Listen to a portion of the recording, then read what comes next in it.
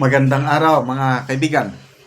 Pag-usapan natin ngayon yung ilulunsad na programa ng Administrasyong Marcos Jr. Yung magbebenta na daw sila ng 20 pesos per kilong bigas starting next week. Magsisimula sa Visayas. Then later on daw sa buong bansa. Okay. May nabasa akong post na nagsasabi ang palasyo ni Jose Claire Castro na wala daw halong politika yung pagbebenta ng 20 pesos per kilong bigas. Wala daw halo. Ito ngayon magkaiba ang payag. May post ang Radyo Pilipinas. Nagsasalita pahayag ng Speaker Martin Romualdez. Wala na. Inamin na dito na political na ito. Kasi butuhan daw ninyo ang alyansa na senador para magpatuloy ang programa hanggang 2028 magpatuloy ang programa nationwide. Basahin ko ang post So, klarong pampolitika. House o Radyo Pilipinas, 3 hours ago na post. House Speaker Martin Romualdez revealed the success of the alliance para sa New Philippine senatorial slate in the upcoming May 2025 election is key to the continuous implementation and expansion of the 20 per kilo rice program nationwide. Di ba? Related na sa politika. Botohan nyo muna ang alyansa para magpatuloy ang programa. Kung hindi nyo botohan, wala na. Di pang-eleksyon lang talaga. Wag nyo na kaming, hindi kami pinanganak kahapon. Hindi nyo na kami mabudol. Dagdag nito. Romualdez asserted that having a working majority in the Senate from the alliance will accelerate the passage of important laws that will support reform in the agriculture sector, particularly in modernization and ensuring affordable rice for all Filipinos. Sige. Kung maniwala ang taong bayan sa inyo, sige, boto kayo. Kailangan kung hindi, pasensya. Okay, magbasa lang ako sa mga comments Kelly Dayag, susi ng mas agresibong pangungurakot kamo. Daisy Turing, wala na kayo mabudol, kilala na kayo ng taong bayan, gaano kayo kahusay magnakaw sa kaban ng bayan. Maghanap ako kung may positive comments dito Puros negative ang nakikita ko Claire Mayo, pag nanalo kayo talagang tagumpay.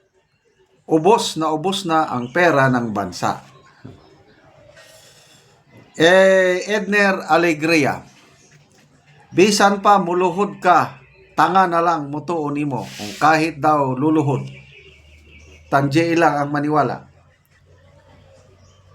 Boyax Discalyar, mas lalong malulubog sa kahirapan ang magsasaka dahil hindi na kayang bumili ng fertilizer, pesticides, labor for plowing, planting, harvesting, drying, and transport.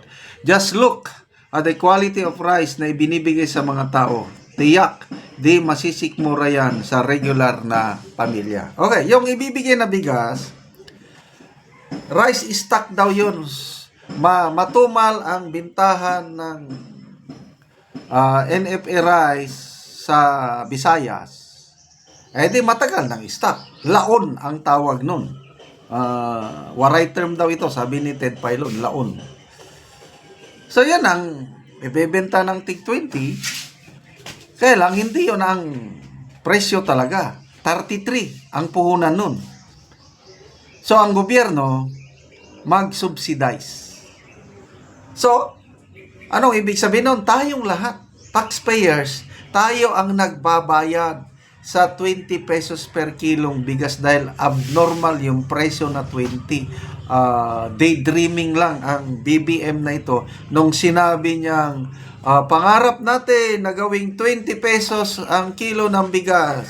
Wala sa realidad. Never na mangyari na 20 pesos per kilo ng bigas kasi nga ang puhunan, break even, it should be 33. Kaya, subsidy. Oh, okay lang sana, wag nyong magbenta kayo, wag nyong gamitin ang pera ng taong bayan na pang-subsidize. Okay lang kami nun. Saan kayo kukuha ng subsidy? Di galing pa rin sa taxes ng tao. O di kalukuhan yun. At why only now? Bakit ngayon pa malapit ang eleksyon? Again, sabi ng Jose Claire Castro, hindi daw halo ang politika. Anong hindi halo ang politika? O ito, mabuti, nag-post ang Radyo ng Pilipinas. At ang speaker na mismo ang nananawagan, boto nyo ang alyansa para, what? Para tuloy-tuloy ang programa nationwide. Oh. Paano kung maraming matatalo? Di walang kasiguruhan. Ginawa nyo na yan noon sa Cebu, noong 2023, November, if I'm not mistaken. Isang araw lang itinigil dahil hindi kayang isubsidize ng provincial government ng Cebu. So ito, kung matuloy ito, tuloy-tuloy hanggang May 12. Postahan tayo after May 12. Anong mangyari? Wala na. Kagaya yung promise nila, Executive Order number 62, bababa ang presyo ng bigas. Binabaan nila ang taripa na imported. Wala man. Grabe. So, I don't know kung maniwala. Kung maniwala kayo, okay lang. Sa mga kapatiran sa Visayas, bumili lang kayo. Kasi, pera nyo rin yan, yung subsidy, pera nyo lang. Kaya lang, botohan nyo ang nasa puso ninyo. Huwag nyong botohan yung mga kandidato nang dahil lang sa 20 pesos per kilo ng bigas. Dahil pera nyo yan eh.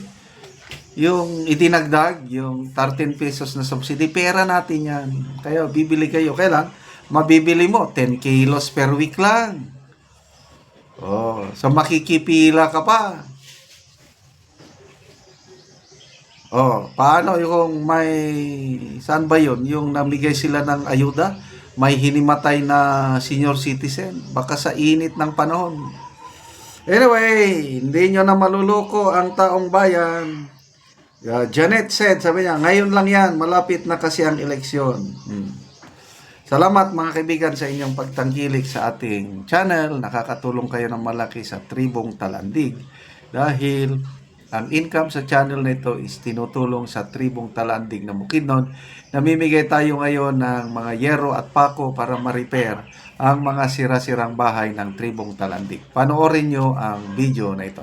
Sa Sitio Garden ug akong bisitahon si kuya ug si ate sa ilang karaan nga balay. Ayo! Ayo ate! Naitaw? Naman. Ay mayong udto te. Sakat ko sa inyong balay. Karon mao na ni ang unang balay ni kuya ug ni ate sa natagaan na mo ugero. Una ni ang una nila nga balay ug karon nagpatukod na sila og bag-o. Apan nakaato pa sila wala pa nila na ulian. So mo ni ang karaan nila nga balay. Mo na ni ang karaan nga balay ni kuya. Kay nakatukod na kog balay. Oo. Kay nakaabot na man gyud ang gihinabang sa kuha. Oo. Dako gyud akong pagpasalamat. Oo. So atong bisitahon niya ang imong balay nga bag-o nga ipatukod ya. Atong bisitahon. Karon bisitahon namo ang balay ni ate ug ni kuya. Og karon nakakuha na gyud sila, nakapatukod na sila og bag-ong balay. Og nindot na gyud ang ilang atop. Maayo na gyud nga lantawon. Wala pa gyud mahuman. Natupan pa. Natupan pa. Salamat gyud mi kay posible ulan pa. Og karon ate kuya unsa inyong maistorya nga nindot na kaayo inyong balay, nakatukod na mo og bag-o. Pasalamat mi karon sa Ginoo kay nakaabot ni karon ang kuan hinabang sa amoa. Ug salamat pud sa nagga-video nga hatag niya diri sa amoa nga hinabang. Salamat sa Salamat Lord sa nagtanaw sa tanaw sa video. nag-video sa nag-sponsor. Salamat po Tabang. sa nagtabang. Mm-mm. Salamat po Pasalamatan sa namo ang Ginoo nga niabot gid ang abot gyud ang ginabang. gihinabang diri. Amo Sige sa. nakaatok na gid mi og sin Di nga na mi bag. ulanan. So salamat kayo ya. Salamat na gid kayo. Salamat.